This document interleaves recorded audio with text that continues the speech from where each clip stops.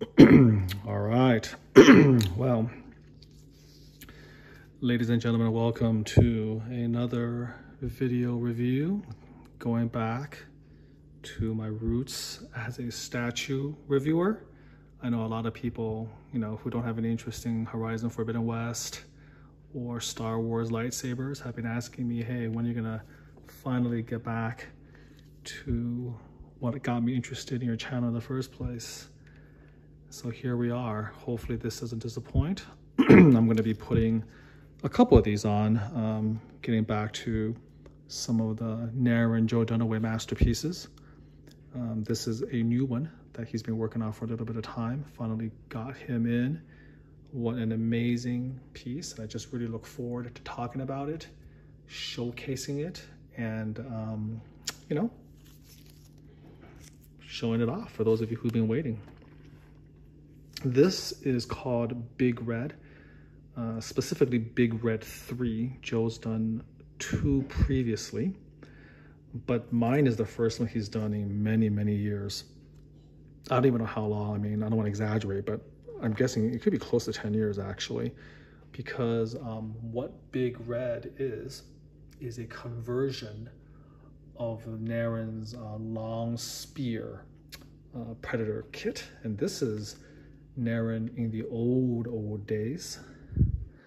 Let me just turn this around so I can make sure that he doesn't hit. There you go. So yeah, this is a kit, long spear, from Narin's old days, when he was, I think, still very young and freelance, just creating, resin kits for various producers. And so you can tell because the pose is just a wee bit stiff, right? It doesn't have sort of that dynamic, flexibility, the dynamic power that the later Narin sculpts are so well known for. He obviously became much more ambitious and much better at depicting movement later on in his career. This is a very static pose. Predator standing there, arms at the side, legs akimbo, so to speak. And the original kit, I found was actually rather boring. It didn't really have any of the ultra detail that Narin was known for. And the kit didn't even come with a base. Literally, the reason these legs are so spread-eagled is because you literally just plop them on any flat surface. And so all bases had to be added later on. And I have seen, by the way, bases where the long spear was placed that they're very simple, either a wooden base or very simple flat resin base with, holes drilled into position, and then the statue has some pegs, just basically plop it on there. So the base of this kit is rather straightforward, rather dull. Again, one of Narin's earliest pieces. Now, if you want to talk a little bit more about the size, back then, because I think he was working freelance, he was able to go a little bit bigger. This is a pretty large piece, actually. And some of his older pieces, like for instance, the City Hunter, were large. This one, I would guess, is like between quarter scale and 5th scale, like so-called 1/4.5. Definitely bigger than 1/6 scale. You can tell by my hand. That, again, you can just tell by my fingers here how big he is. So he's large, okay? And so, when Joe decided to sort of do something with this, at the time, there was a very popular YouTube video, kind of went viral a little bit, that depicted what would happen if Batman fought a predator. And that predator had this very amazing mask that's all red with this sort of, jewel on it. It was a very, very striking design. And remember that during that time, people were mainly used to the classic predator with the classic bio helmet and the classic coloration. So to have a predator with red armor and a red bio mask was just something not really seen before. It was just pretty awesome. So that video went viral. A lot of people were into it. And at the time, one genius, I don't know who, maybe Joe can comment later on if he's watching this video, but some genius was like, asked him, hey, can we convert Long Spear into like the big red from that Batman versus Predator video? And Joe basically, did a just absolutely sick job of doing that conversion. I can't even really tell you everything because I've forgotten what the Long Spear kit even looks like. You know what I'm saying?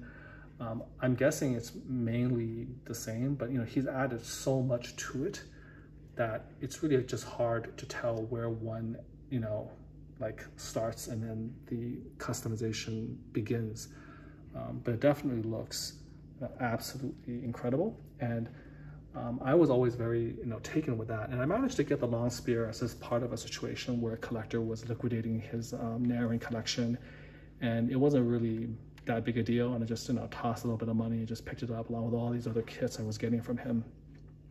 And I figured, hey, you know what, man? Like, Joe did this amazing big red conversion. I got a Narin Long Spear, which, by the way, like an original Narin Long Spear is not that easy to find. A lot of these kits were recast. And so for me to get an original, pretty cool. And so I just figured, let's recreate that masterpiece if he was willing to do it. And luckily, he said yes. And so we kind of tossed around a few things. Normally, I let Joe do whatever he wants because, like, why would I want to give, advice or too much direction to confine like genius, right? Like, if you got genius, you let that genius go, right? You let the genius work. You wait to see what it comes up with. Maybe there's going to be a miss here or there, but overwhelmingly, more likely there's going to be something absolutely fantastical. So there wasn't really much that I gave him at all, as usual. Didn't give him really any directions to restrict his creativity. I just said, hey, just make me a cool base, because as you know, this doesn't come with a base. So he worked on it and he came up with this masterpiece, and I'm so over the moon to finally get it. This is just such an amazing piece that he put all of this beautiful color and detail onto it. I just really couldn't be happy with it. There's so much to gush over, but let's just start with the base, man. So I thought that, he was going to, let's just say, give me one of those boring city bases. And I didn't ask him for anything. I mean, I would have been happy with, big red just on, I don't know, some street or some generic iron grate or whatever, just because that was kind of from the YouTube video. But he really made this one, super unique. Really, really cool. I always love Predators against aliens just because of the mythology, that has kind of been built up over the past decade or so. And so I love any type of, piece that tells that story. And so here we have this, really nicely done custom base.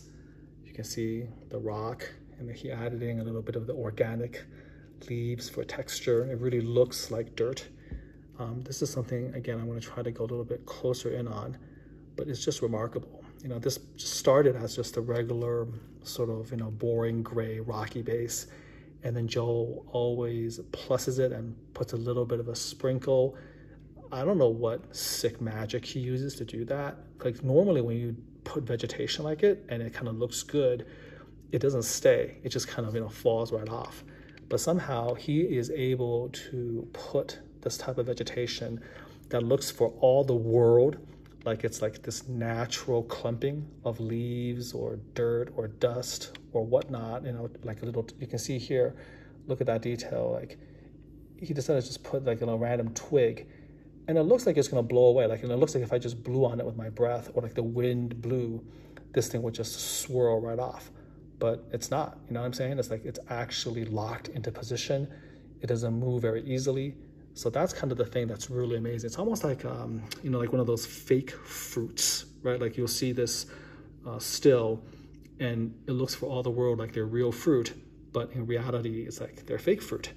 And that's kind of what he's doing here now, creating, again, all these little minute details on the base with the leaves and, again, the fur, the moss. but it's not moving, guys. You can turn this thing upside down, it doesn't fall off. So he's doing something like really, really, you know, unique to give you that illusion of life, but in reality, like, it doesn't move, you know, it's not real. Here we have the tree, and you have kind of partially buried bones. I don't know where he got this from. I mean, he obviously must have gotten this from another type of, you know, generic kit, like, you know, something left over. Here you have, again, this like bone.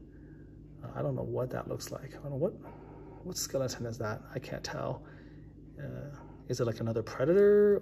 Doesn't look alien to me, but again, you can see the moss growing off the side, right over here. You know, you can move it. You can see the branches, the roots, and then you can see a skull, human skull, right over here. I mean, look at the detail that he put into just painting the skull. This is like just a accent to the base, not something you just take for granted.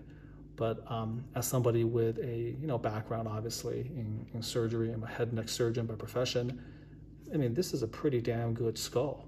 You know, for just like a 1/6 scale, you actually see the small, like, you can actually see the suture lines. And when you look through the eye, I mean, you're actually seeing the superior orbital fissure. You know, like, this is a pretty darn good, you know, facsimile of a real skull. So that's pretty awesome right there. Let me see if did they do the teeth right? 1, 2, 3, 4, 5, I mean, not bad. Yeah, I think they might have gotten the molars and all that right. So this little tiny skull, you know, already pretty good. And of course, Joe did a magnificent job with it. Here's the tree roots. Again, trying to look at the texture of this thing. Going to the back, right over here. And then all the you know, the sort of the rock and all that stuff. And then finally, of course, the highlight of the base, he gave me an alien. You know, Joe Dunaway gave me an alien, which is always really, really cool. So let me just take a nice close-up shot here. It's pretty interesting. Usually the alien has these little fluted, you know, projections off the top, these so-called horns, and that's missing in this particular variation. Maybe it got cut off. You can see the vertebra over here, the ribs, and then of course the long head right here. We'll go over the feet in detail a little bit later on. And then here we go. This is the side picture. Look at all of the detail he put on there. Here's the shoulders, the striations of the muscle, and then of course the actual head itself. Just back up a little bit, and then here you can see the hole that was made in the alien. You can see some of the battle damage, and then the acid blood around the hole that was made. In the original photos that he has on his website, he put like the katana blade in there, which I thought was kind of cool. He actually told me, you know, he kind of wished that he'd given me a spear or something like that, but I'm okay. I don't mind that. I don't want anything necessarily sticking out of it. I think it's really cool to just kind of show you the wound that killed the alien. I mean, I think the assumption is that he did it with this blade right over here. Maybe it's a special type of metal where it doesn't get eaten up by the acid. And I think maybe having something sticking out of the alien's skull might have been a little bit too much, you know. Might have crossed the line just a little bit in terms of how much busyness is going on with the base. But when you look at this base, I mean, this is an amazing base. Remember that he did all of this just from scratch for me. The original kit, again, didn't have a base. So for Joe to kind of put this together for me above and beyond, I never gave him any direction. He just decided to just slap this thing together. That's really, really cool and really amazing. And that base is like, you know, kind of adds so much to the piece. I mean, I don't want to say it's more than half the piece, but I just like to say that, you know, having Big Red over this alien, you know, just is the icing on top, let's just say. I was just really, really pleased and happy with this custom base. So now let's move on and get like sort of a backup, and just first of all, just kind of back up way up so you can just kind of see the piece moving slowly all the way around. You can see the pose. You can see all of the plussing that Joe did to this thing, which is just like amazing. Honestly, like the kit out of the box or like whatever, like you just pick it up. It's just so bad, man. It's like, you know, white pale resin, completely monotonous, boring, no real, you know, dynamic, you know, pose at all. Just very, very basic. And then Joe turned this thing into like basically a grail, you know, like he turned this into like a holy grail.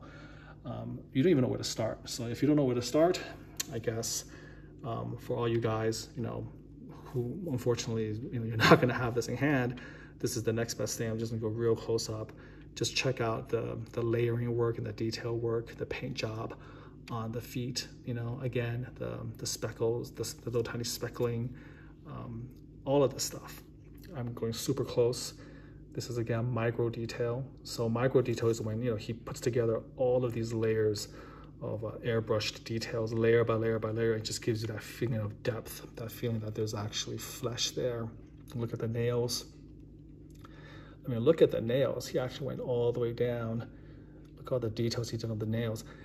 It's almost like, you know, I mean, I'm sure that Joe has some sort of psychiatric problem, and he's definitely obsessive compulsive. Like, there's just no way, you know what I'm saying? There's just no way. Like, there's no detail that is too small for this man, like literally. And part of the reason, by the way, I make these YouTube videos is like, part of it's, you know, to obviously showcase him and Narin and spread, you know, like their talent everywhere. Part of it's for those people who are interested in it. There's those of you out there who are big fans, and you're not going to be able to actually, unfortunately, you know, have the opportunity to own one of these amazing pieces painted by Joe. So I want to actually put it out there. But another part is more selfish, just like it's for myself. You know, I'm getting older. I already need bifocals. I'm just not like young enough to be able to appreciate all of this like detail with my naked eye. I got to make this myself on like a 4K camera. You know, I'm getting an iPhone 15 Pro in the next couple of days, hopefully, using the best camera possible. And, you know, later on, I'm going to be watching my own video just to appreciate, you know, that level of detail that I can't even with my eye, you know, like I have to take my glasses off. And as you go through, you just see all of this. Like, first of all, I just love the red. You know, red can be a little bit tricky to paint, right? Like, you don't want a Ferrari red. You don't want an Iron Man red. You don't want something like too garish, you know, too glossy. And so he chose kind of this perfect shade of metallic red that he then puts his, you know, famous Joe Dunaway weathering on. Very, very natural. I'm going to go super close. You can see the little bits of silver, you know, so you can see that the silver is almost like the red armor sort of weathered away, and it just looks like just really amazing. Like, look at the little scratches on this sort of flat red matte color, perfect for the armor. Look at all of the detail. I don't know if this came with the kit or not. I think it did, but again, like, did he actually add this on? You know, what did he customize? I know he customized the the bio helmet, but look at all of this stuff here, right? Look at all of the fine weathering. And then we go back, of course, to the speckled details of the flesh. Look at the hands. Look at the nails that he puts, that he, you know, took all this time to paint, and then, you know, masking off the leather straps. All of this stuff is just like insane for him to do. And then here we go. Right over here, look at the samurai-like armor that he gave this guy. Look at all of this paint. Just remarkable. And then I'm going to move it over so you can see the wonderful detail on the other side.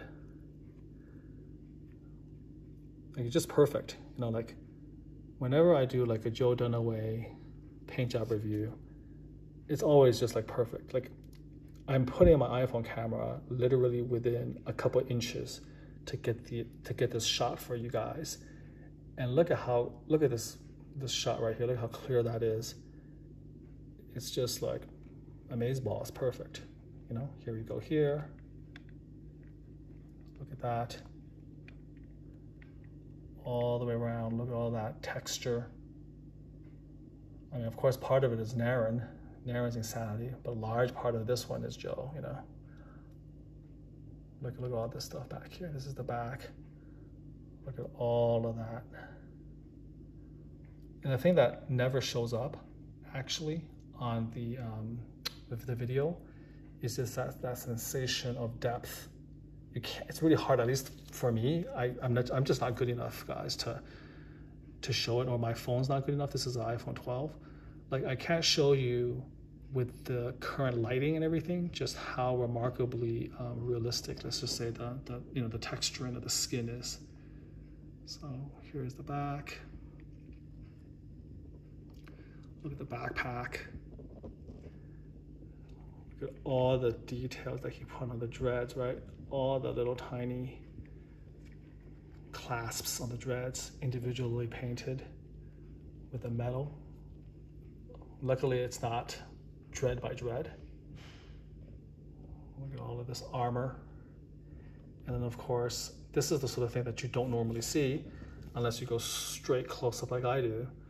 All the little quills, hand drilled with a micro drill and then inserted. That porcupine quill that gives it so much character. As you can see, he put it on both arms. Look at how many of them he did. Really beautiful. Different sizes.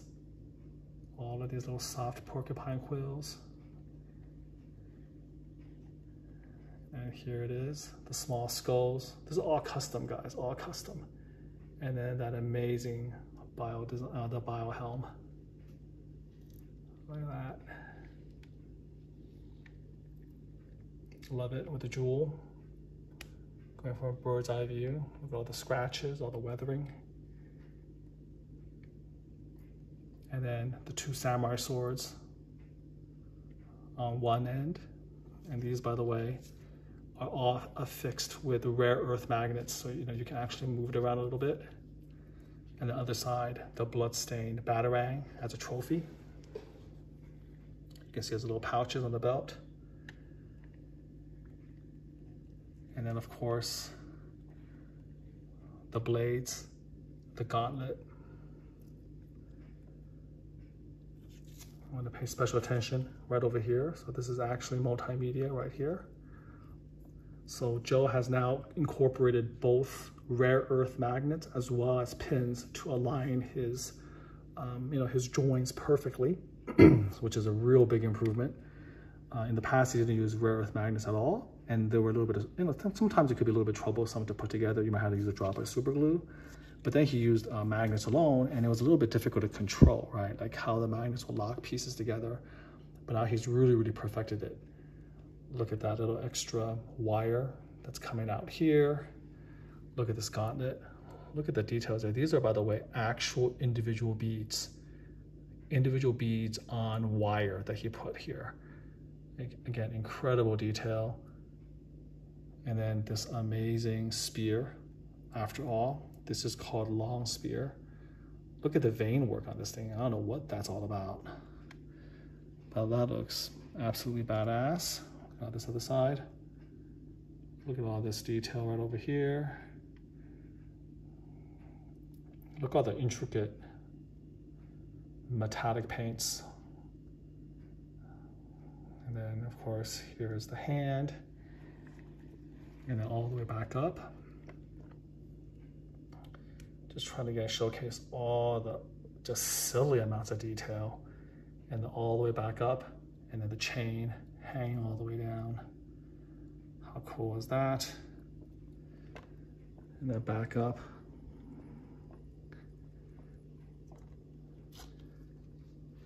On this side again. Look at that. This is all individual beads. Individual beads. And then the cloth at the elbows. Right over here. Give you some idea of the texturing. So back up. Let's start again, moving him slowly in the 360 so you can appreciate him better from this view.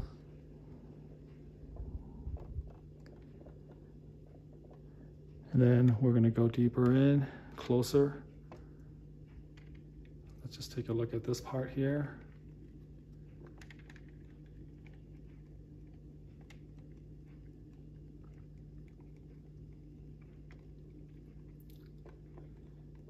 You actually see again the detail. You can see the actual wires Go to the backpack, into the mask, all multimedia.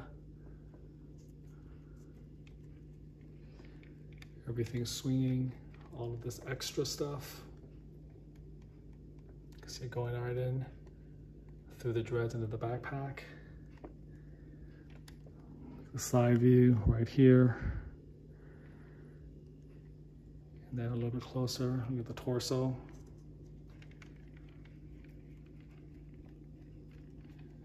And then back to the base.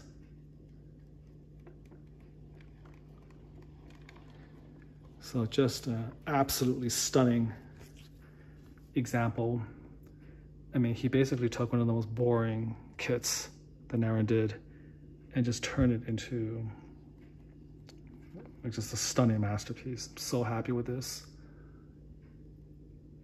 Not many big reds around, you know, only he's done them. This is only the third one.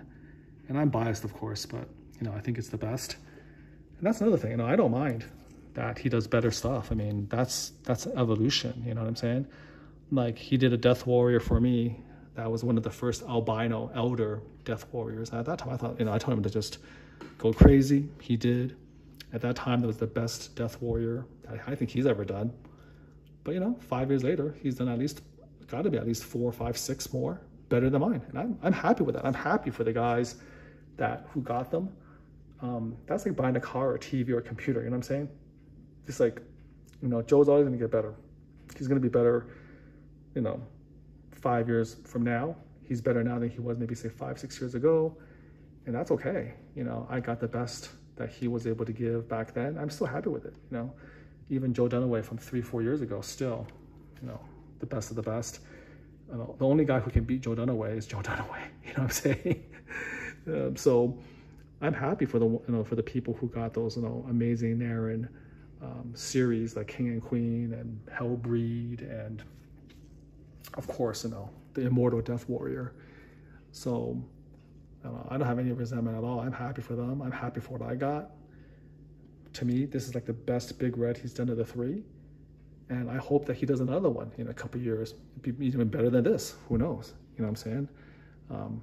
I'd love to see it. But, you know, they're kind of rare now, man. Like a long spear, you know, there's not that many of them out there. And then, you know, for someone to get them and actually, you know, care enough to spend, you know, the green to get the Joe Dunaway treatment, you know, that's something else. There's a reason why there's only be 3 of these in like 15 years. But I guess I'll just end it on the fact that I am so, so happy. Perfect base, perfect coloration. I love the color of the skin and the, you know, again, the red armor. And I have to say again, because this is, I'm shooting this with light from above, you know, from the kitchen, but actually like in person, this thing looks so much better with like natural lighting with the shadows. It just pops like crazy. I'm like looking at this right now in front of me, and it's just amazing. Looks even better. If you can imagine it, it looks like 3, 4 times better in person, just because of like, you know, all of the layers of the airbrush paint, and all the little different layers that he airbrushes. You feel all of that, you know, when you're actually seeing it in person, the human eye, you know, the human eye. So this is it. Big Red 3 by Joe Dunaway. I hope you enjoyed that. I hope that you feel like I spent enough time on going over every single little aspect of this, you know, magnificent custom job. And, you know, enjoy this. I know I will. I'm going to, again, look at it myself just because, you know, it gives me an opportunity to appreciate it in all its different ways. Really, really happy. So there you have it. Until next time, back up here though. Until next time, do take care.